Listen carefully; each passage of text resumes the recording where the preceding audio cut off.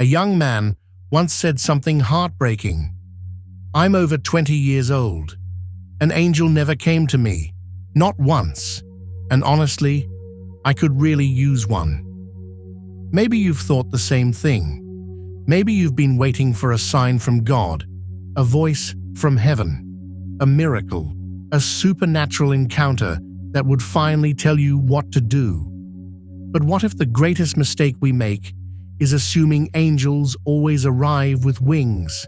What if the most important message God ever sent you already showed up, and you ignored it? Think about it. Maybe it was a sentence in a book that wouldn't leave your mind. Maybe it was a friend who kept calling. Maybe it was an uncomfortable situation that interrupted your plans. Maybe it was a sick relative you didn't want to visit. Maybe it was someone asking for help at exactly the wrong time. What if those weren't interruptions? What if they were invitations? The Gospel tells us that Mary received an announcement from an angel.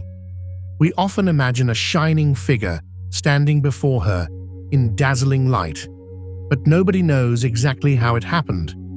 Perhaps it happened deep inside her heart. Perhaps it began as a mysterious stirring she could not ignore.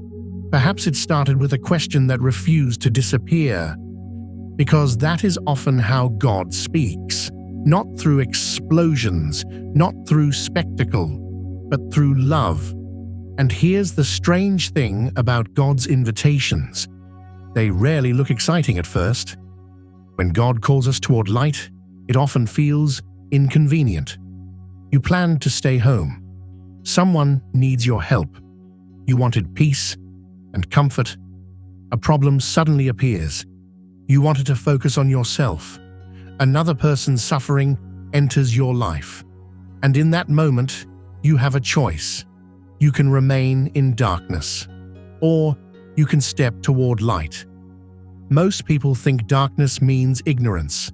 The Bible sees it differently. Darkness is living only for yourself. Darkness is becoming trapped in ego, pride, resentment, selfishness, comfort, or fear. Light is love. Light is seeing reality as God sees it. Light is recognizing that every person is more than they appear.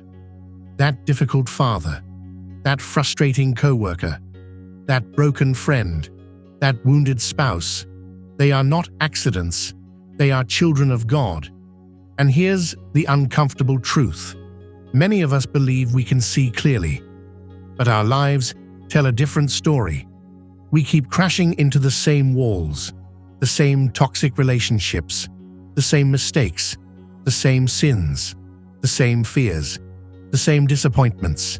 If someone constantly wrecks their car, eventually you begin to wonder, can they really see the road? Spiritually speaking, many of us are doing exactly that. We say we see, yet we keep hurting ourselves. We keep hurting others. We keep walking into darkness. And maybe that's why Christmas matters so much. Because Christmas is not just about a baby in a manger. Christmas is about light entering darkness. The Gospel of John says that the light shines in the darkness, and the darkness has not overcome it. God enters our confusion. God enters our blindness. God enters our broken understanding. And then something extraordinary happens. The things we thought were important begin to lose their power.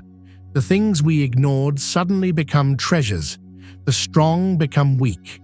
The weak become strong. The proud become confused. The humble begin to understand. Everything turns upside down. That is what happened when Jesus was born. A stable became greater than a palace. Shepherds became wiser than kings. A poor family became richer than the powerful.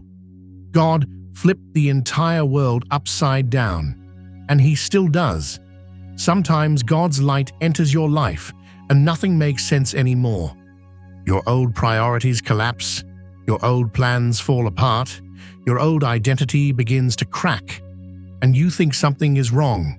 Maybe nothing is wrong. Maybe the light has finally arrived. Imagine sitting in a dark room for years. Suddenly someone switches on a powerful light. At first you don't see better. You see worse. Your eyes hurt. You feel disoriented. You want the darkness back. But if you wait long enough, your vision adjusts, and then you begin to see reality. This is often how God works. First confusion, then clarity. First surrender, then understanding. First weakness, then strength. The world promises life through excitement, pleasure, possessions, and constant stimulation.